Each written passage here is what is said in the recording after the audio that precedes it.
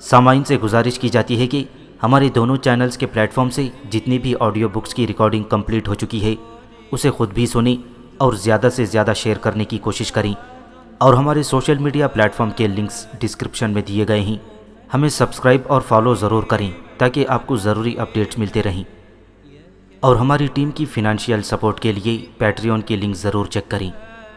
جزاک اللہ۔ بسم اللہ الرحمن الرحیم۔ ارطغرل الغازی حصہ دوم، ایپیسوڈ 26۔ تنگوت واپس اپنے پڑاؤ پہنچا تو نویان اسے اچھی خبر کی امید لگائی بیٹھا تھا، لیکن دور ہی سے تنگوت کا لٹکا ہوا منہ دیکھ کر وہ سمجھ گیا تھا کہ یہ سب اس کی بھول ہے۔ جب سے حمزہ اور عبد الرحمن آئے ہیں تنگوت کی کارکردگی گرتی چلی جا رہی ہے۔ ہاں تنگوت، کیا کر کے آئے ہو؟ کرا بیگ مارا گیا۔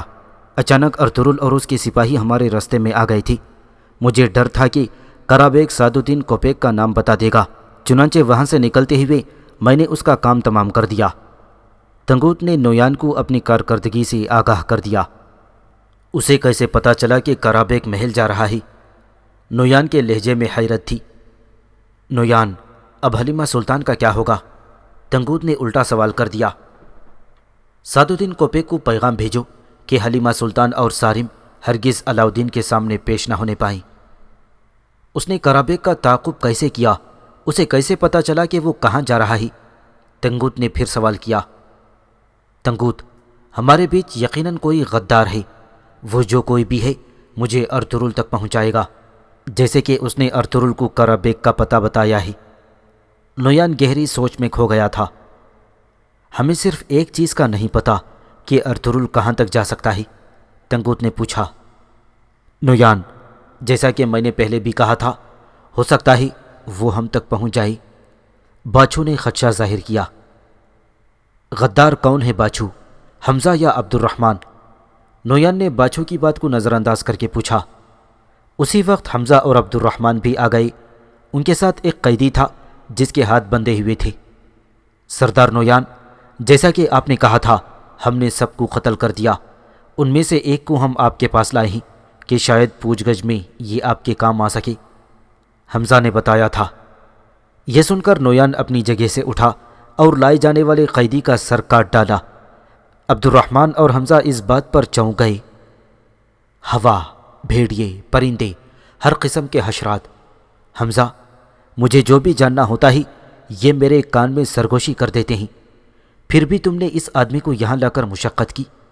تم لوگوں نے اپنا کام بخوبی انجام دیا ہے۔ میں جانتا ہوں کہ اب تم تھک گئے ہو، جاؤ اور سکون سے سو جاؤ۔ کل شام میں سلطان علاؤدین کے محل میں موجود اپنے ایک وفادار آدمی سے ملوں گا۔ ایک لمبے سفر پر تم دونوں کو میرے ساتھ جانا ہے۔ راستے میں ہم مستقبل کے بارے میں بھی بات کریں گے۔ میں ایک علاقے میں تمہیں سپہ سالاری کے فرائض سونپنا چاہتا ہوں۔ اب تک تم نے جو بھی کیا ہے اس سے ثابت ہو چکا ہے کہ تم ایک نڈر سپہ سالار ہو۔ تنگوت، یہی بات ہے نا؟ نویان نے پوچھا۔ بالکل نویان، باچھو اور تنگوت نے اس کی ہاں میں ہاں ملائی۔ اب جاؤ، اپنے خیمے میں نیند پوری کرو، کل صبح زندگی سے بھرپور ہو کر آؤ، ہمارا سفر بہت طویل ہے۔ بہت شکریہ، دونوں نے کہا اور آگے بڑھ گئے۔ نویان اپنی چال چل چکا تھا۔ دیکھتے ہیں کون ارطغرل کو میرے پاس لے آتا ہے، وہ زیر لب بڑبڑایا۔ اس کی بات پر تنگوت نے بھی اسبات میں سر ہلا دیا تھا، حالانکہ وہ جانتا تھا کہ یہ خبریں عبد الرحمن پہنچا رہا ہے، لیکن اس نے نویان کو نہیں بتایا۔ جب نویان آرام کرنے کے لیے اپنے خیمے میں چلا گیا تو تنگوت بھی نظر بچا کر گھنے جنگل میں نکل آیا۔ ایک مقام پر پہنچ کر اس نے درخت کے کھوکھلے تنے میں سے کاغذ اور روشنائی نکالی اور وہاں بیٹھ کر پیغام لکھنے لگا۔ خانوں کے خان، خان اکتائی، آپ کی ہدایت کے مطابق میں نویان کے ہر قدم پر نظر رکھے ہوئے ہوں۔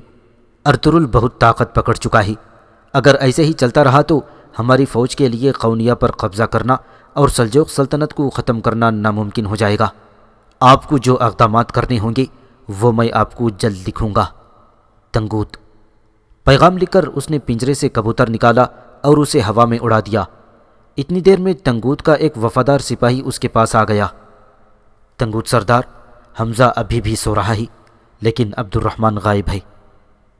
ٹھیک ہے تم جاؤ۔ تنگوت نے اسے واپس بھیج دیا۔ وہ جانتا تھا کہ اب عبد الرحمن اپنی موت آپ مارا جائے گا، لیکن نویان کے ہاتھوں یہ موت بہت کربناک ثابت ہونے والی ہے۔ عبد الرحمن غنی کے غار میں آیا تو ارطغرل وہاں نہیں تھا۔ عبد الرحمن بہت جلدی میں تھا، وہ زیادہ انتظار نہیں کر سکتا تھا، لہٰذا اس نے یہ فریضہ غنی کو سونپ دیا۔ غنی، قبیلے جاؤ اور ارطغرل بھائی کو اطلاع دو کہ نویان محل میں اپنے جاسوس سے ملنے والا ہے، وہ کل کورت بوزک کے مقام پر ملیں گے۔ ارطغرل بھائی نے حکم دیا ہے کہ تمہارا کام ختم ہوا عبد الرحمن بھائی، اب آپ واپس نویان کے پاس نہیں جائیں گے۔ غنی نے بتایا۔ یہ تم کیا کہہ رہے ہو؟ ارطغرل بھائی فکر مند ہیں، انہیں لگتا ہے کہ نویان کو آپ کے بارے میں علم ہو گیا ہے، وہ چاہتے ہیں کہ آپ واپس آ جائیں۔ غنی نے اسے پیغام دیا۔ میں جانتا ہوں کہ ارطغرل بھائی کو میری فکر ہے اور میں ان کا بہت شکر گزار ہوں، لیکن نویان کو مجھ پر شک نہیں ہوا۔ میں جانتا ہوں اگر میں واپس نہ گیا تو ہم محل اور قبیلے میں غدار کو تلاش نہیں کر سکیں گے۔ عبد الرحمن نے جواب دیا۔ اگر ارطغرل بھائی کا اندازہ صحیح ہوا تو؟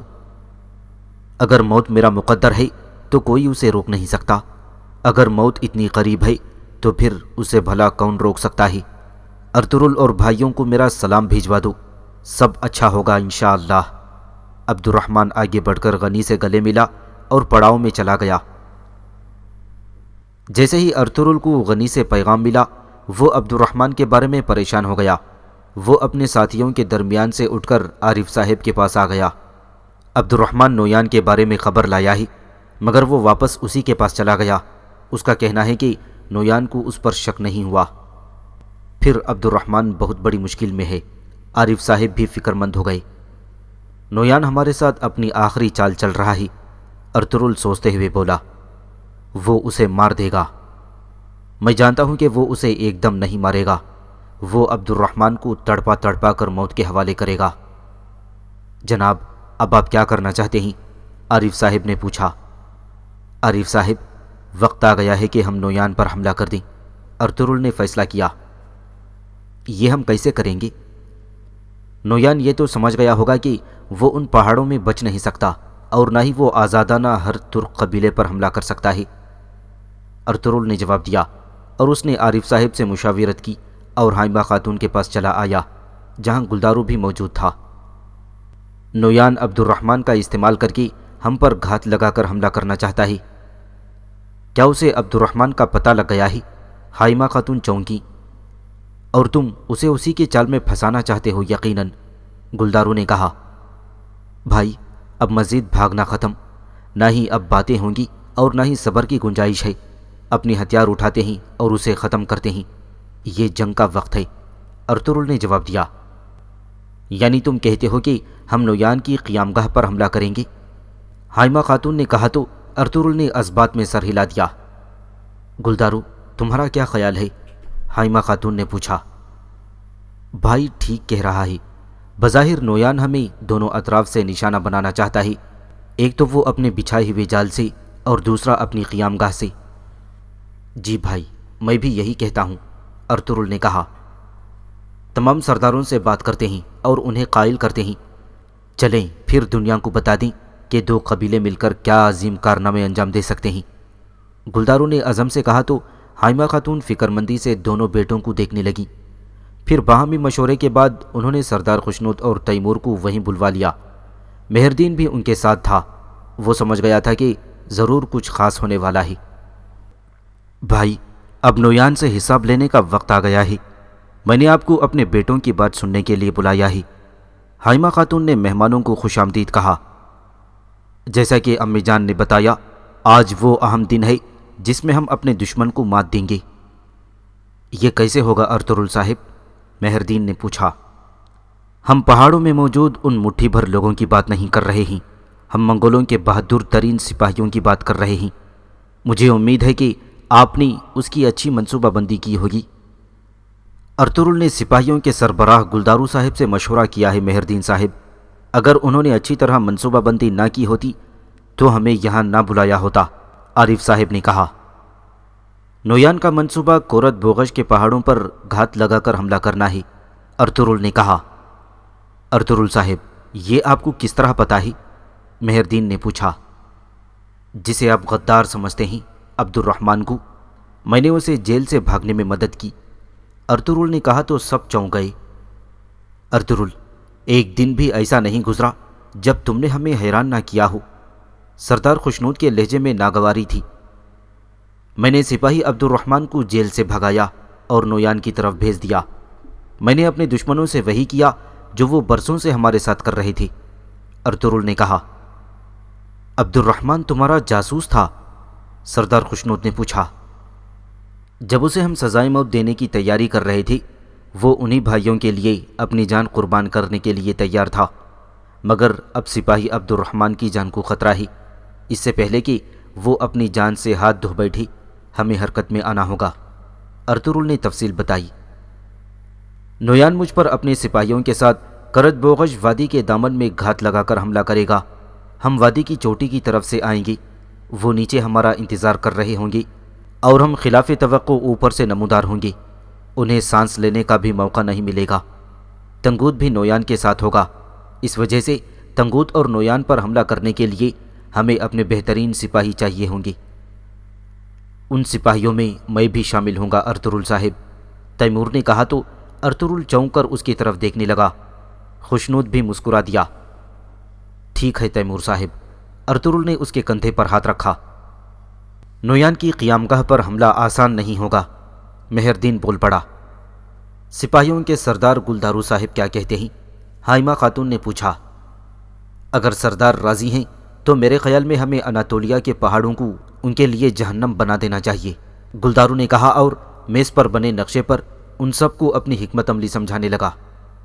منگول اچھی طرح جانتے ہیں کہ حملہ کیسے کیا جاتا ہے، لیکن ان کا دفاع کمزور ہے۔ وہ اپنی فتوحات کی بہت ڈینگیں مارتے ہیں، جس کی وجہ سے وہ اندھے ہو چکے ہیں۔ میرا مطلب ہے اگر ہم یہ سب اچانک کریں اور نویان کی قیامگاہ میں گھس کر حملہ کر دیں تو وہ جنگ جاری رکھنے کے متحمل نہ ہو سکیں گے۔ اگر سردار خوشنود اجازت دیں تو میں بھی اس جنگ میں حصہ لینا چاہوں گا، مہردین نے اپنی خدمات پیش کی۔ اللہ ہماری اس مبارک جنگ کو سلامت رکھے، سردار خوشنود نے اسے اجازت دے دی۔ مہردین صاحب، آپ کی ایک ٹانگ زخمی ہے، بہتر ہوگا کہ آپ نہ جائیں، عارف صاحب نے اس کی توجہ ٹانگ کے پرانے زخم کی جانب دلائی۔ عارف صاحب، جب سارے بہادر حملہ کر رہے ہوں گے تو میں یہاں بیٹھ کر اپنے وقت کا انتظار نہیں کر سکتا۔ اپنے بھائیوں کے ساتھ شہید ہونا میرے لیے شرف کی بات ہوگی۔ شکریہ مہردین صاحب، گلدارو نے اس کی تعریف کی۔ ہم نے یہاں جو باتیں کی ہیں یہ کسی کو پتہ نہ چلے۔ اب ہمیں ہر طرح خود کو غداروں سے محفوظ رکھنا ہوگا۔ اللہ ہماری مدد کرے۔ ارطغرل نے سب کی توجہ اس اہم مسئلے کی طرف دلائی تو انہوں نے اتفاق کیا اور جنگی حکمت عملی تیار کرنے لگے۔ عبد الرحمن غنی سے ملاقات کے بعد واپس پہنچا تو منگول سپاہی اس کے منتظر تھے۔ اس کے پہنچتے ہی سپاہیوں نے اسے گھیرے میں لے لیا۔ اس کا راز فاش ہو چکا تھا۔ نویان اور تنگوت خود بھی یہ منظر دیکھ رہے تھے۔ پھر سپاہیوں نے اسے گرفتار کر کے نویان کے حضور پیش کر دیا۔ میں نے تمہیں اکتائی خان کی عظیم فوج میں ایک مقام دینے کی پیشکش کی تھی اور تمہیں ایک سپہ سالار بنانا چاہا تھا۔ میں نے تمہیں ایک ایسی دنیا دی جس میں سب کچھ تھا۔ تم نے میرے ساتھ غداری کی عبد الرحمن، نویان نے پرسکون لہجے میں کہا۔ ہم ترکوں کو خریدنا آسان نہیں نویان، ہم لوگ اپنی جانیں اپنے اللہ کو بیچ چکے ہیں۔ ہمارا رب جنت کے بدلے میں ہماری جانیں خرید چکا ہے۔ تم اور تمہاری ظلم کی ریاست کی ہماری نظروں میں کوئی اوقات نہیں ہے۔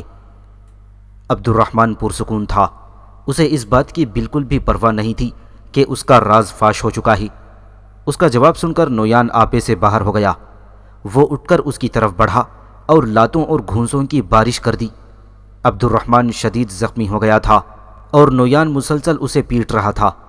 پھر وہ قریب پڑی لکڑی اٹھا لایا اور عبد الرحمن کو پیٹنے لگا۔ کچھ ہی دیر بعد عبد الرحمن بے ہوش ہو گیا۔ میں اس کا اور ارطغرل کا سر قبیلے کے باہر نیزوں سے لٹکاؤں گا، نویان غصے سے چلایا۔ اس کے بعد عبد الرحمن کو ستون کے ساتھ باندھ دیا گیا، جبکہ حمزہ خاموشی سے یہ منظر دیکھتا رہ گیا۔ باچھو، تم کیا کہتے ہو؟ ارطغرل ٹوٹے ہوئے پروں والا ایک عقاب ہے، لیکن اب اس کے 2 پر ہوں گے۔ وہ تمہیں گھیر لے گا لیکن کیا؟ نویان نے پوچھا۔ لیکن نویان، ارطغرل جب تک زندہ ہے تم جیت نہیں سکو گے۔ اس نے ڈرتے ڈرتے اپنی بات مکمل کر دی۔ جواباً نویان نے اسے بھی ایک زوردار گھونسا رسید کر دیا اور غصے سے چیخنے چلانے لگا۔ تنگوت اور حمزہ بھی یہ سن کر حیران رہ گئے تھے۔ نویان نے اپنے سپاہیوں کو حملے کی تیاری کا حکم دے دیا۔ کچھ دیر بعد ہی تنگوت اس کے پاس آیا۔ نویان، ہم تیار ہیں، پھر چلتے ہیں۔ اسی وقت قاصد ایک خط لے کر آیا۔ نویان نے مکتوب پڑھا اور غصے سے پھینکتے ہوئے بولا، سعد الدین کوپیک نے سارم کی خبر بھیجی ہے، وہ آج رات کاروان سرائے جا رہا ہے۔ اور ارطغرل؟ تنگوت چونکا۔ سارم سلطان علاء الدین کے حکم پر اکتائی خان کو مارنے جائے گا، مجھے اسے روکنا ہوگا۔ تنگوت، ارطغرل مرے گا، یہ کام میں تمہیں سونپتا ہوں، مجھے مایوس مت کرنا۔ جو آپ کا حکم نویان، تنگوت نے سر جھکا دیا۔ حلیمہ سلطان واپس قبیلے آ گئی تھی۔ دلید امیر بھی اس کے ساتھ تھا۔ وہ دونوں اپنی ذمہ داری پوری کر آئے تھے۔ واپسی پر ارطغرل کو قبیلے میں دیکھ کر حلیمہ سلطان کو سکون سا مل گیا تھا۔ حلیمہ سلطان، اللہ کا شکر ہے کہ تم گھر واپس آ گئی ہو۔ ارطغرل نے اس کا استقبال کیا۔ میں گھر سے کبھی دور نہیں رہی، میں گھر ہی ہوں، میرا گھر ہمیشہ میرے ساتھ ہے، آپ میرے لیے سب سے اہم ہیں۔ کائی اور دو درگا ایک ہو چکے ہیں۔ حلیمہ سلطان، ہم جنگ کے لیے جا رہے ہیں، ہم اس شیطان نویان کو اس کے منصوبوں سے ہی شکست دینے والے ہیں۔ مگر ارطغرل، میں سارم کی بات کر رہی ہوں۔ سارم نے آپ کے لیے پیغام بھیجا ہے، وہ آج رات کاروان سرائے میں آپ کا انتظار کریں گے۔ انہوں نے کہا ہے کہ آپ کو ہر قیمت پر ان سے ملنا ہے۔ حلیمہ سلطان نے بتایا تو ارطغرل سوچ میں ڈوب گیا۔ پھر وہ دونوں حائمہ خاتون کی خدمت میں پیش ہو گئے۔ وہ بھی حلیمہ کی واپسی پر بہت مطمئن تھیں۔ جب ارطغرل نے انہیں یہ بتایا کہ حلیمہ سلطان اور دلید امیر سارم کا پیغام لائے ہیں تو حائمہ خاتون اور گلدارو بھی خوش ہو گئی تھی۔ دلید امیر بھی ان کے پاس تھا اور انہیں بتا رہا تھا کہ کس طرح سارم نے ان کی جان بچائی۔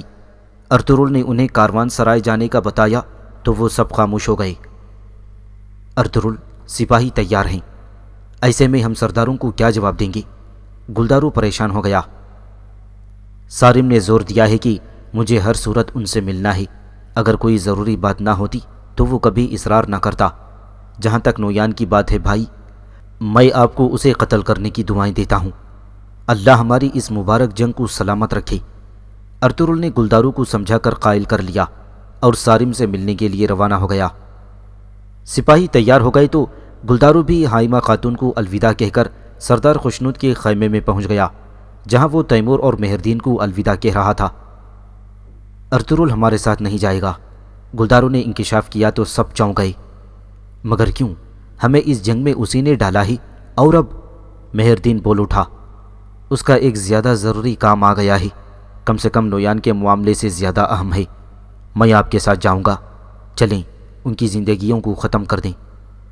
گلدارو نے روانگی کا اعلان کیا اور باہر چلا گیا، جہاں چاکو چوبند سپاہی اس کے منتظر تھے۔ ارطغرل کاروان سرائے روانہ ہو گیا تھا۔ وہ اکیلا گیا تھا، جبکہ اس کے جانباز گلدارو کے ساتھ جا رہے تھے۔ سرائے میں پہنچ کر وہ بغور مسافروں کو دیکھنے لگا۔ پھر وہ ایک ایسے شخص کی طرف بڑھا جو سر جھکائے بیٹھا ہوا تھا اور قریب ہی دلید امیر کی بنائی ہوئی تلوار پڑی تھی۔ یہی سارم تھا۔ وہ برسوں بعد ملے تھے، اس لیے ایک دوسرے کو پہچانتے ہی آپس میں لپٹ گئے۔ وہ بیتے دنوں کو یاد کر رہے تھے، لیکن وہ نہیں جانتے تھے کہ قریب ہی نویان بھی تاجر کے روپ میں ان کی باتیں سن رہا تھا۔ آخری بار میں نے آپ کو بحر قزوین کے ساحل پر دیکھا تھا، آپ اپنے گھوڑے پر سوار تھے، آپ کے ہاتھوں میں دلید امیر کی بنائی ہوئی یہی تلوار تھی جس کی مدد سے میں نے آپ کو آج پہچانا ہے۔ آپ بابا سلیمان شاہ اور بھائی گلدارو کے ساتھ جنگ کرنے جا رہے تھے۔ ارطغرل نے اس کا ہاتھ دبایا۔ عمر میں کم ہونے کے باوجود تم ایک دلیر لڑکے تھے جو منگولوں سے جنگ کرنے کو بےتاب تھے۔ تم بہت جوشیلے تھے اور امی جان کو تمہیں روکنے کے لیے دلید امیر کو بلانا پڑا تھا۔ سارم نے بھی گزرے وقت کو یاد کیا۔ بھائی، آپ کے لیے ہمارا پیار ہمارے اندر چنگاری کی طرح رہا۔ وقت گزرنے کے ساتھ ساتھ یہ آگ کی طرح بھڑکنے لگا، لیکن ہم نے آپ کو پانے کی امید کبھی نہیں کھوئی۔ ہمیں دوبارہ ملانے پر اللہ کا شکر ہے۔ لوگوں سے سنا تھا کہ میرا بھائی ایک بہادر جنگجو بن گیا ہے، جہاں سورج غروب ہوتا ہی اور نکلتا ہی ہر جگہ تم نے ان کا مقابلہ کیا اور دشمنوں کو ناخن چنے چبوا دیے۔ صارم نے اسے داد دی۔ بھائی، آپ بہادری کی ایک عظیم مثال ہیں، ارطغرل نے کہا تو صارم نے اسے گلے لگا لیا تھا۔ نویان ان کی باتیں سن رہا تھا۔ وہ دونوں بھائیوں کو ختم کرنے کا تہیہ کر چکا تھا۔ اپنے سلطان کی حمایت کے لیے حلب کے بعد ہم منگولوں سے جنگ کرنے یہاں آ گئے ہیں، ارطغرل نے بتایا۔ مجھے سب پتہ ہے میرے بھائی، تم نے حلب میں اور کلیساؤں کے ساتھ جو کیا، مجھے تم پر فخر ہے۔ امی سے دوری اور بابا سے جدائی کا دکھ مجھے کبھی سکون نہیں لینے دیتا۔ کاش میرے اندر اس درد کا غم نہ ہوتا، ایسے کہ جیسے میں کبھی تم لوگوں سے دور نہیں گیا۔ بھائی، اپنے بارے میں تفصیل سے بتائیں، ارطغرل نے پوچھا۔ بابا اور گلدارو بھائی کے ساتھ جنگ کرتے ہوئے میں پکڑا گیا تھا اور تم لوگوں نے سمجھا کہ میں مر گیا ہوں۔ امی جان نے کبھی یقین نہیں کیا کہ آپ مر گئے، ارطغرل نے کہا۔ پھر مجھے موقع ملا اور میں بھاگ نکلا۔ مجھے جس چیز کی فکر تھی وہ تھا میرا قبیلہ اور میرے گھر والے۔ راستے میں نے ایک آدمی کی جان بچائی۔ بعد میں مجھے پتہ چلا کہ وہ شخص چنگیز خان کے خاص ترین آدمیوں میں سے ایک تھا۔ اس نے مجھ پر اعتبار کیا اور مجھے چنگیز خان کے پاس لے گیا۔ میں اس سے ملنے گیا تو اس نے مجھے انعام دیا۔ پھر وہ شخص مجھے چنگیز خان کے بیٹے اکتائی خان کے پاس لے گیا۔ چین سے لے کر ہندوستان تک ہم گھوڑوں پر سوار رہے۔ صارم اپنی کہانی سنا رہا تھا۔ کون تھا وہ آدمی؟ ارطغرل نے اس کی بات کاٹی۔ نویان، صارم نے بتایا تو ارطغرل خاموش ہو گیا۔ ستون کے عقب میں بیٹھا نویان بھی یہ سب کچھ سن چکا تھا۔ میں نے ان کے ساتھ یہ کھیل کھیلا کہ معلومات اکٹھی کر کے سلطان علاء الدین کو بھیجتا رہا۔ میں نے نویان کا استعمال کیا۔ سلطان علاء الدین ریاست کی بہتری کے لیے میری بھیجی گئی معلومات کی بنا پر منگولوں کے خلاف حکمت عملی بناتے رہے۔ ایک وقت ایسا تھا کہ ہم جنگ کے دہانے پر پہنچ گئے تھے۔ سلطان کی حکمت اور میری جاسوسی سے ہم نے بہت سی جنگوں کو روکا، لیکن اب یہ کھیل ختم ہوا۔ اس ظالم اکتائی خان کا نشانہ اب اناتولیا ہی۔ اگر اس کی فوج یہاں آ گئی تو وہ اس جگہ کو مکمل طور پر تباہ کر دیں گے۔ میں نے کئی سال تک تم لوگوں کو تلاش نہیں کیا تاکہ تم یہی سمجھو کہ میں شہید ہو گیا ہوں۔ اب میری بس آخری مہم باقی ہے، اس وجہ سے میں تم سے ملنا چاہتا تھا۔ صارم اتنا بتا کر خاموش ہو گیا۔ بھائی، سلطنت اور آپ کے لیے میں اپنی جان قربان کر دوں گا، ارطغرل نے اسے اپنی وفاداری کا یقین دلایا۔ شکریہ میرے شیر، صارم نے فخر سے کہا۔ سلطان علاء الدین نے منگول فوج میں لڑنے والے ترکوں کو سمجھا بجھا کر ان کی روایات یاد کروانی اور انہیں شیطان منگولوں کے بجائے مسلمانوں کا ساتھ دینے کے لیے آمادہ کرنے کا کام مجھے سونپا ہے۔ ہم یہ سب کیسے قابل عمل بنائیں گے بھائی؟ ارطغرل نے پوچھا تو صارم نے ارد گرد دیکھا اور پھر ایک مہر نکال کر اس کی طرف بڑھا دی۔ ہمارے آبا و اجداد اوغوز کی مہر، یہ وہ مقدس مہر ہے جس کی عزت تمام ترک قبائل کرتے ہیں۔ سلطان کا خیال ہے کہ اس مہر کو استعمال کر کے اوغوز کے ٹوٹے ہوئے بندھن کو پھر سے جوڑا جا سکتا ہے، کیونکہ یہ مہر اطاعت کی نشانی ہے اور کوئی بھی ترک اس مہر کے واسطے کو ٹھکرا نہیں سکتا۔ پھر تو یہ مہر بہت اہمیت کی حامل ہے، ارطغرل نے پوچھا۔ بالکل، ہمارا کام اس مہر سے اپنے بھائیوں کو جو منگولوں کے لیے کام کر رہے ہیں یہ باور کرانا ہے کہ وہ کون ہیں، ان کو اس غلامی سے نجات دلانا اور منگول افواج کو تقسیم کرنا ہے۔ اگر ہمارے اندر کے ترک ان کو مدد نہ دیں تو وہ کبھی اتنے مضبوط نہیں ہو سکتے۔ بھائی، سلطان علاء الدین بہت ذہین ہیں۔ عالم اسلام کو منگولوں سے بچانے کے لیے ہمیں ایک مٹھی کی طرح متحد ہونا ہوگا۔ جب تک ہم متحد نہیں ہوں گے اس تاتاری یلغار کا مقابلہ نہیں کر سکتے۔ ارطغرل کی بات سن کر صارم اس کے ہاتھ پر اپنا ہاتھ رکھتے ہوئے بولا، انشاءاللہ وہ دن بھی آئیں گے۔ تو اوغوز خان کی مہر تمہارے پاس ہے؟ نویان زیر لب بڑبڑایا اور اپنی جگہ سے اٹھ کھڑا ہوا۔ اس سے پہلے کہ ارطغرل اور نویان کچھ سمجھتے، نویان بجلی کی سی تیزی سے حرکت میں آیا اور اس نے پلک جھپکتے میں اوغوز کی مہر اٹھا لی۔ اسی پل نویان کے سپاہی بھی کونوں کھدروں سے نکل آئے تھے۔ وہ سب دیہاتوں کے بھیس میں تھے۔ صارم، جس دن مجھے تمہاری غداری کا پتہ چلا تھا میں نے عظیم روحوں سے تمہاری لاش کا وعدہ کر لیا تھا۔ میں تمہاری لاش روحوں کو دوں گا اور اوغوز خان کی مہر میرا انعام ہوگی۔ یہ کہہ کر وہ آگے بڑھا اور دونوں بھائیوں کو اپنی سپاہیوں سے لڑتا چھوڑ کر سرائے کی عمارت سے باہر آ گیا۔ جیسے ہی نویان گھوڑے پر سوار ہوا، ارطغرل بھی اس کے تعاقب میں پہنچ گیا۔ اس نے دور سے نویان کو آواز دی، نویان، تم نے جو جال میرے لیے بچھایا ہے مجھے اس کا پتہ ہے۔ میرے سپاہی تمہاری قیامگاہ کو جلا کر راکھ کر چکے ہوں گے۔ وہ تمہارے سپاہیوں کو قتل کر رہے ہوں گے جیسا کہ تم نے میرے ساتھ کیا تھا۔ جواباً نویان نے اوغوز خان کی مہر ارطغرل کی آنکھوں کے سامنے لہرائی جو وہ ان سے چھین کر لے جانا چاہتا تھا۔ یہ اس کی آج کی سب سے بڑی فتح تھی۔ اسی لمحے ارطغرل نے دور سے نشانہ باندھ کر اس کے ہاتھ پر خنجر دے مارا۔ یہ سب اتنا اچانک ہوا تھا کہ نویان کا ہاتھ زخمی ہو گیا اور مہر اس کی گرفت سے نکل کر دور جا گری۔ مہر کے ساتھ ساتھ وقت بھی نویان کے ہاتھ سے نکل گیا تھا۔ اب نیچے اتر کر مہر اٹھانا ممکن نہیں تھا، چنانچہ اس نے گھوڑے کو ایڑ لگائی اور سرائے کا دروازہ پار کر گیا۔ اس کے جاتے ہی ارطغرل نے مہر زمین سے اٹھا کر محفوظ کر لی۔ جب ارطغرل اپنے بھائی سارم کے پاس پہنچا تو وہ زخمی ہو چکا تھا اور ایک منگول سپاہی اسے ہلاک کرنے والا تھا۔ ارطغرل نے موقع پر پہنچ کر منگول سپاہی کا خاتمہ کر دیا۔ سارم کی حالت زیادہ اچھی نہیں تھی، وہ شدید زخمی تھا۔ بھائی، آنکھیں کھولو بھائی، ارطغرل نے سارم کے پاس بیٹھ کر اسے ہلایا۔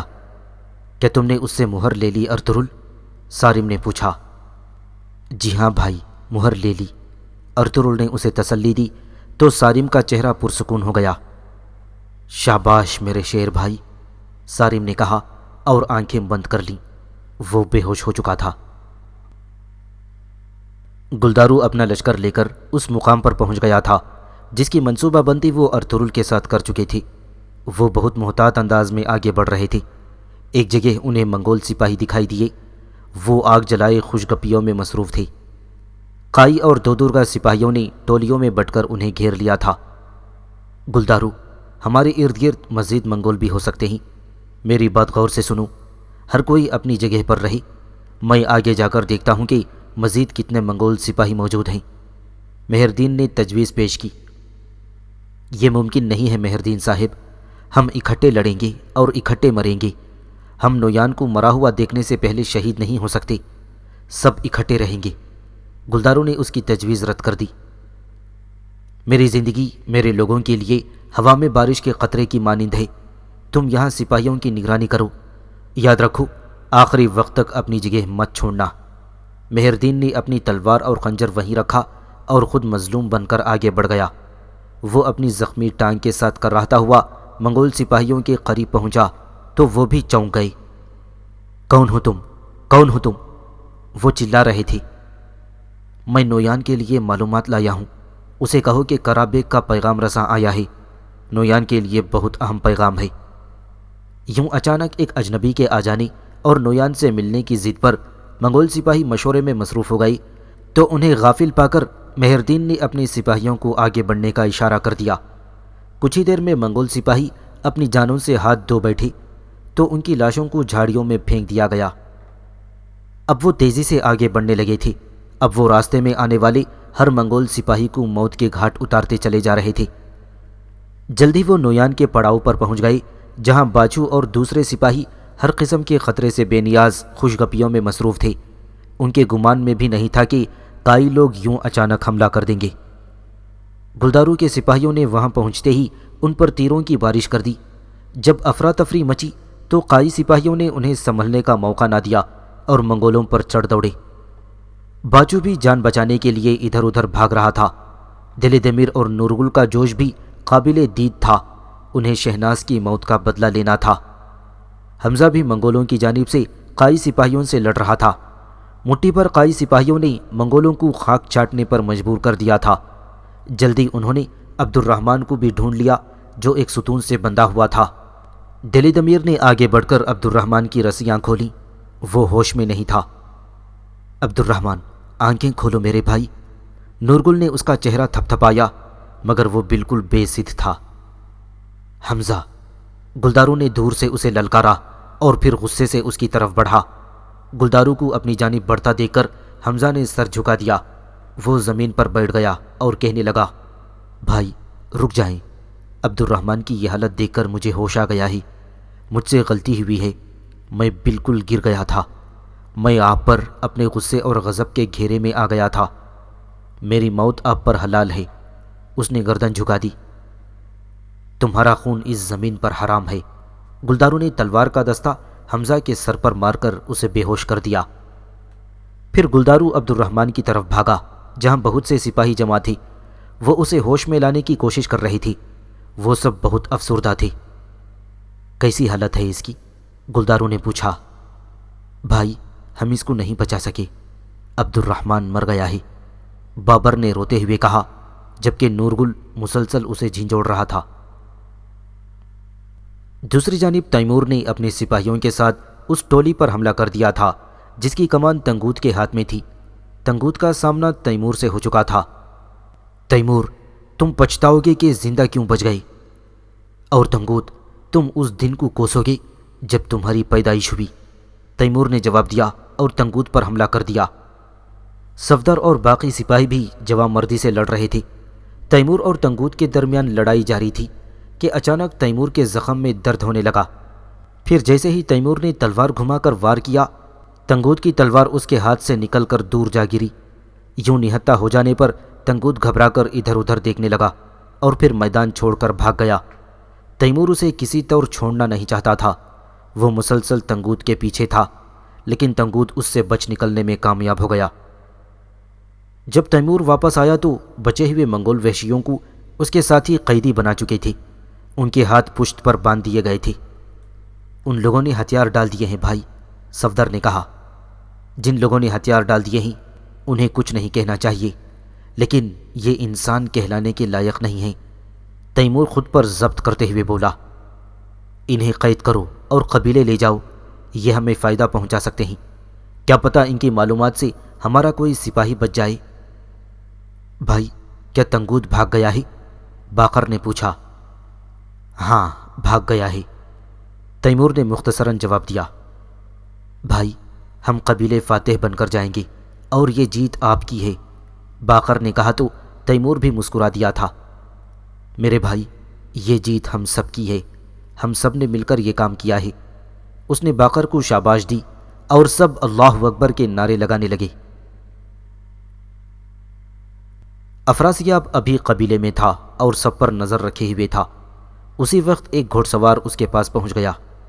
سونا لے آئے ہو تم؟ اس نے پوچھا تو گھوڑ سوار نے ایک تھیلا نکال کر اس کی طرف بڑھا دیا۔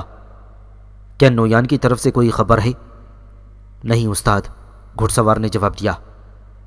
کہاں ہے وہ اور کیا کر رہا ہے؟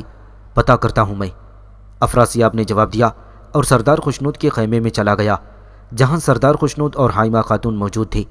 عارف صاحب بھی وہیں تھے۔ سب کچھ ایسے ہے جیسے میں نے آپ سے وعدہ کیا تھا۔ اس نے سونا اس کے سامنے پیش کر دیا۔ جیسا کہ ہم سب نے گلدارو صاحب سے اتفاق کیا تھا، آپ سونا لے آئے ہیں، جانور اب آپ کے ہیں۔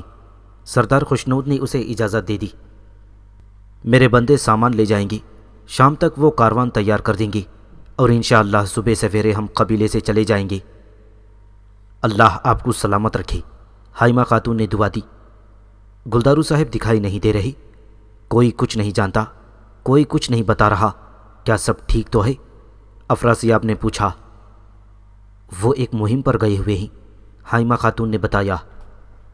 کیا یہ کوئی ریاستی راز ہے؟ اس نے پوچھا تو وہ تینوں خاموش ہو گئے۔ ٹھیک ہے، یعنی منگولوں کا مسئلہ، ہمیں احتیاط کی ضرورت ہے، اور یہاں ایک تاجر کی فضول بک۔ اس نے انہیں خاموش دیکھ کر بات آگے بڑھا دی۔ تاجر افراسیاب، جب تک ہم سونا نہیں گن لیتے سامان قبیلے سے باہر نہیں جائے گا، عارف صاحب نے کہا۔ ٹھیک ہے۔ اسی وقت ایک سپاہی اندر آیا اور پرجوش انداز میں بولا، اما حائمہ، ہمارے سردار خیریت سے واپس آ گئے ہیں۔ یہ سن کر حائمہ خاتون اور خوشنود نے اللہ کا شکر ادا کیا۔ عارف صاحب نے اسی وقت تاجر افراسیاب کو رخصت کر دیا تھا۔ کچھ دیر بعد گلدارو اور تیمور فاتح کی حیثیت سے اوطاق میں داخل ہوئے۔ گلدارو حمزہ اور زخمی عبد الرحمن کو لے آیا تھا۔ حمزہ کو قید خانے میں بند کر دیا گیا۔ گلدارو نے لوگوں کو کہہ دیا تھا کہ اپنے سپاہی کا فیصلہ وہ خود کرے گا، جبکہ عارف صاحب عبد الرحمن کے علاج میں مصروف ہو گئی تھی۔ تیمور بہت سے منگول سپاہیوں کو قیدی بنا کر لے آیا تھا۔ افراسیاب بھی حمزہ کو دیکھ چکا تھا اور پریشان تھا کہ کہیں وہ اس کا راز فاش نہ کر دیں۔ جب وہ دونوں مرکزی خیمے میں پہنچے تو حائمہ خاتون اور سردار خوشنود نے محبت اور فخر سے ان کا استقبال کیا۔ مہردین بھی ان کے ساتھ تھا۔ شکر ہے پروردگار کا کہ ہم نے دشمنوں کو شکست دی اور ہمیں اس بہترین دن سے نوازا۔ سردار خوشنود نے اللہ کا شکر ادا کیا تو سب نے آمین کہا۔ شکر ہے اللہ کا حضور، ہم فاتح بن کر لوٹے لیکن نویان ہمیں نہیں ملا۔ گلداروں نے بتایا تو سردار خوشنود مسکرا دیا۔ تم لوگ شیروں کی طرح ہو، انشاءاللہ ایک دن اس کی لاش بھی لے کر آ جاؤ گے۔ نویان اتنی آسانی سے سنبھل نہیں سکے گا، حائمہ خاتون نے کہا۔ ہم اپنے سرداروں اور سپاہیوں کے شکر گزار ہیں جن کی وجہ سے یہ فتح نصیب ہوئی۔ اللہ آپ سے راضی ہو، اللہ پاک ہمارے شہیدوں کے درجات بلند فرمائے۔ سردار خوشنود نے سب کا شکر ادا کیا۔ دل دمیر اور نورگل بھی مطمئن تھے کہ انہوں نے شاہینہ کا بدلہ لے لیا تھا۔ وہاں سے فارغ ہو کر گلدارو حمزہ سے ملنے قیدیوں کے خیمے میں چلا گیا۔ حائمہ خاتون بھی اس کے ساتھ تھیں۔ حمزہ نے انہیں دیکھتے ہی نظریں جھکا لیں۔ میں نے تمہیں اپنے بچوں کی طرح پیار کیا، تمہارے بابا سلیمان شاہ کے سامنے شہید ہوئے تھے، تم کو اکیلا پن محسوس نہ ہو اس لیے میں نے تم کو اپنے بچوں کے ساتھ ایک ہی چھت تلے رکھا۔ میں نے تمہارا ایک ماں کی طرح خیال رکھا۔ اگر میں نے تمہیں کچھ بھی کہا تو یہ میرے لیے قابل افسوس ہوگا۔ اگر میں تمہارے منہ پر تھوکتی ہوں تو تم میرے اس تھوک کے بھی لائق نہیں ہو۔ تمہارے ہاتھ سے سپاہیوں کا خون بہا ہے، اس حالت میں تم بال سے باریک اور تلوار کی دھار سے تیز پل صراط کو کیسے پار کرو گے؟ بہت افسوس کی بات ہے، شرم آنی چاہیے تمہیں۔ حائمہ خاتون کے لہجے میں غصہ ہی نہیں، افسوس اور کرب بھی تھا۔ وہ حمزہ کی صفائی نہیں سننا چاہتی تھیں، اس لیے اپنی بات مکمل کر کے واپس چلی گئیں۔ اپنے بھائیوں کا خون بہا کر تم نے ان کو اللہ کی رحمت کا ایک قطرہ بھی نہیں دیا۔ تم نے تو انہیں شہادت کا کلمہ بھی نہ پڑھنے دیا۔ کیا یہ ہونا چاہیے تھا؟ گلدارو نے پوچھا تو اس نے شرمندگی سے نفی میں سر ہلا دیا۔ تمہیں اس کے بجائے بہادری سے میرا سامنا کرنا چاہیے تھا اور اپنی تلوار سے میرا حساب لے لیتی۔ میں تمہاری تعریف کرتا، اگر تم میرا خون بہاتے تو میں کہتا اللہ تمہیں سلامت رکھے، مگر تم نے کیا کیا؟ افسوس، کل میں تمہیں میدان میں سزائے موت دوں گا، بس یہی تمہیں بتانا تھا۔ گلدارو نے اس کی زندگی کا فیصلہ سنا دیا۔ پھر گلدارو نے محافظ کو آواز دی، اسے جائے نماز دے دو، اگر تم میں اللہ کا خوف باقی ہے تو نماز ادا کر لو۔ گلدارو واپس چلا گیا تو حمزہ گڑ گڑا کر رونے لگا۔ یا اللہ، میں نے یہ سب کیسے کر دیا؟ کیا کر دیا میں نے؟ وہ افسوس کر رہا تھا مگر اب وقت گزر چکا تھا۔ تنگوت واپس پہنچا تو پڑاؤ کا نقشہ بدل چکا تھا، صرف باچھو زندہ بچا تھا۔ وہ سیدھا اس کے پاس گیا اور حیرت سے ادھر ادھر دیکھتے ہوئے بولا، باچھو، یہ کس نے کیا؟ جب تم خود ان سے یہ پوچھو گے تو تمہیں سکون ملے گا۔ باچھو نے مختصر جواب دیا، نویان کو شکست ہو چکی ہے، یہ تم بھی جانتے ہو، ایک اپاہج چرواہے نے اسے شکست دے دی۔ تنگوت نے کہا۔ اسی لمحے کسی کی آہٹ سنائی دی تو دونوں بھاگ کر درختوں کے پیچھے چھپ گئے۔ آنے والا نویان تھا۔ وہ اپنے پڑاؤ کا حال دیکھ کر ششدر رہ گیا تھا۔ اسے دیکھ کر وہ دونوں اوٹ سے نکل آئے تھے۔ نویان گھوڑے سے اتر آیا اور اپنے سپاہیوں کی لاشیں دیکھنے لگا۔ اس کا مطلب ہے تم جال میں پھنس گئے، اس نے تنگوت سے کہا۔ ہاں نویان، تنگوت نے مختصر سا جواب دیا۔ ارطغرل نے اپنا بدلہ لے لیا، اس نے ہمیں ہمارے ہی جال میں پھنسا دیا۔ اسے کیسے پتا چلا کہ میں نے اس کے لیے جال بچھایا تھا؟ تنگوت، اسے کیسے پتا چلا؟ نویان نے پوچھا۔ نویان، کچھ سپاہی بھاگ گئے ہیں اور چند سپاہی گلدارو قیدی بنا کر قبیلے لے گیا ہے، باچھو نے بتایا۔ تمام بھاگنے والے سپاہیوں کو قتل کر دو۔ اکتائی خان سے سپاہیوں کے ایک نئے گروہ کی درخواست کرو۔ آج کے بعد ہماری قیام گاہ ایک لرک کے غار میں ہوگی۔ اصل جنگ اب شروع ہوئی ہے۔ باچھو، تم تنگوت کے ساتھ جاؤ گے۔ تمہیں یہ پتا کرنا ہے کہ روحیں مجھ سے کیوں ناراض ہیں۔ نویان نے باچھو کو تنگوت کے ساتھ جانے کا حکم دے دیا۔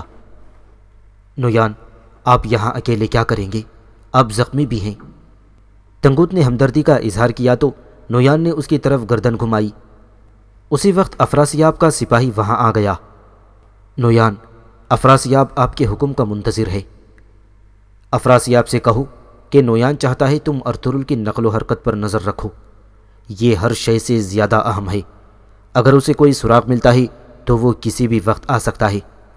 نویان نے گھوڑ سوار کو واپس بھیج دیا۔ وہ تنہا رہ کر نئے سرے سے اپنی بکھری ہوئی طاقت کو سمیٹنا چاہتا تھا۔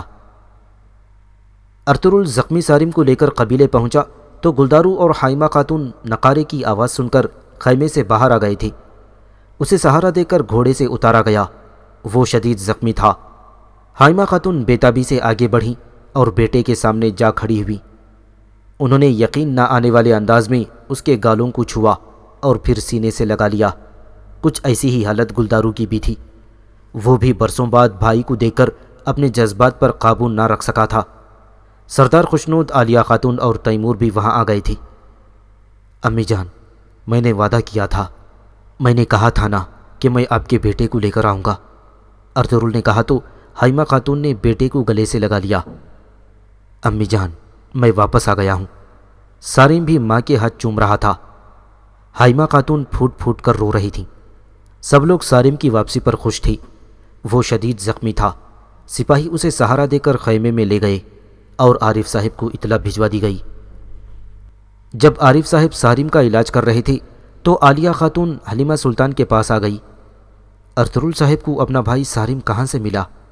مہردین اور تیمور بھی وہیں موجود تھے۔ عالیہ خاتون، یہ ہم نہیں جانتے کہ یہ کیا چل رہا ہے، حلیمہ سلطان نے لا علمی کا اظہار کر دیا۔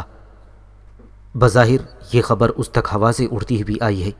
وہ سرداروں کے ساتھ جنگ پر جانے کے بجائے اپنے بھائی کے پیچھے چلا گیا۔ ارطغرل نے پھر وہی کیا جو اس کی مرضی تھی۔ اللہ کا شکر ہے انہیں کوئی سنجیدہ مسئلہ نہیں ہوا۔ عالیہ خاتون نے اپنی بے چینی کا اظہار کیا۔ اسی وقت حائمہ خاتون بھی ارطغرل اور گلدارو کے ساتھ باہر آ گئیں۔ حائمہ، اب سارم کیسا ہے؟ سردار خوشنود نے پوچھا۔ وہ ہمیں بتانا نہیں چاہتا، مگر اس کا دکھ بہت بڑا ہے، حائمہ خاتون نے جواب دیا۔ اتنے سالوں سے ہم سمجھتے رہے کہ سارم مر گیا ہے، مگر اسے واپس لا کر آپ نے ہم سب کو خوشی دی ہے ارطغرل صاحب، مہردین نے شکر ادا کیا۔ شکریہ مہردین صاحب، ارطغرل نے جواب دیا۔ یہ کیسے ہوا؟ کس کے ساتھ تمہاری لڑائی ہوئی؟ نویان اور اس کے سپاہی ہمارے سامنے آ گئے تھے، ارطغرل نے کہا۔ ارطغرل صاحب، یہ کیسے ممکن ہے؟ آپ نے تو ہمیں نویان کے پیچھے بھیجا تھا، پھر آپ غائب ہو گئے۔ آپ اپنی ہی جنگ میں شریک نہیں تھے، اور اب آپ کہہ رہے ہیں کہ آپ کا سامنا نویان سے ہو گیا۔ آپ کے اس پراسرار رویے سے ہمیں خوف آ رہا ہے۔ تیمور کے لیے بھی یہ سب ناقابل برداشت تھا۔ تمہارا کہنا ہے کہ سارم اور نویان ایکے بعد دیگرے وہاں آ گئے تھے، لیکن ہمیں اس بات کی حیرانی نہیں ہے، بلکہ جناب آپ ان تک کیسے گئے؟ مہردین نے سوال کیا۔ مہردین صاحب، اسے محض اتفاق سمجھ لیں، ہم نے اپنی پوری زندگی منگولوں کی چابک کو روکنے میں لگا دی۔ یہ تو اچھا ہوا کہ میں سارم تک پہنچ گیا۔ یہ میری خوش قسمتی ہے کہ انہیں ان کے پیاروں سے ملانے والا میں ہوں۔ ارطغرل نے بات کو سمیٹا۔ یہ کس قسم کا اتفاق ہے کہ اسی وقت اور اسی جگہ ارطغرل صاحب بھی پہنچ گئے؟ تیمور نے طنز کیا۔ مجھے پتہ چلا ہے کہ نویان کی تمام چالیں ناکام ہو گئیں۔ تم لوگ ایک عظیم فتح کے ساتھ واپس آئے ہو، اللہ تمہیں مزید فتوحات نصیب کرے۔ ارطغرل نے انہیں مبارکباد پیش کی۔ ارطغرل، بات یہ نہیں ہو رہی، ہم نے تمہیں، مہردین نے کچھ کہنا چاہا۔ جب بہادری کی جگہ بزدلی ہو، ہمارے نصیب میں صرف زخم ہوں، اور ہمارے اپنے ہمارے خلاف قتل کے فیصلے دیتے ہوں، تو آپ کن اصولوں اور ضابطوں کی بات کرتے ہیں؟ ارطغرل نے سب کو خاموش کرا دیا۔ جناب، ہم نے آپ کے اچھے کاموں پر ہمیشہ آپ کی تعریف کی ہے، لیکن تیمور صاحب نے بالکل ٹھیک بات کہی ہے۔ بے شک آپ ٹھیک بھی ہوں، آپ ہمیں کچھ بھی بتاتے، آپ کی زبان پر ہمارے لیے تالے لگے ہوئے ہیں، مہردین نے شکوہ کیا۔ اگر آپ ہم سے کچھ نہیں کہیں گے تو ہم آپ پر کیسے اعتماد کر سکتے ہیں؟ تیمور نے سوال اٹھایا۔ بس کرو، چپ کر جاؤ۔ جب اندر ایک مریض زندگی اور موت کی جنگ لڑ رہا ہے تو کیا ایسی باتوں کا وقت ہے؟ سارم میرا بیٹا ہے، وہ اپنے گھر واپس آیا ہے، مجھے کچھ دیر خوش ہونے دو۔ جاؤ سب لوگ، یہ بدامنی اپنے اپنے گھر لے جاؤ۔ نویان نے ہمارے ساتھ جو کیا اس کا انتقام لے لیا گیا ہے۔ ہم نے اس فتح کی عظمت کا مزہ لیا ہے، اب تم اور کیا چاہتے ہو؟ حائمہ خاتون نے روتے ہوئے درخواست کی تو سب خاموش ہو گئے، لیکن ان کی آنکھوں میں چبھتے ہوئے سوالات تھے۔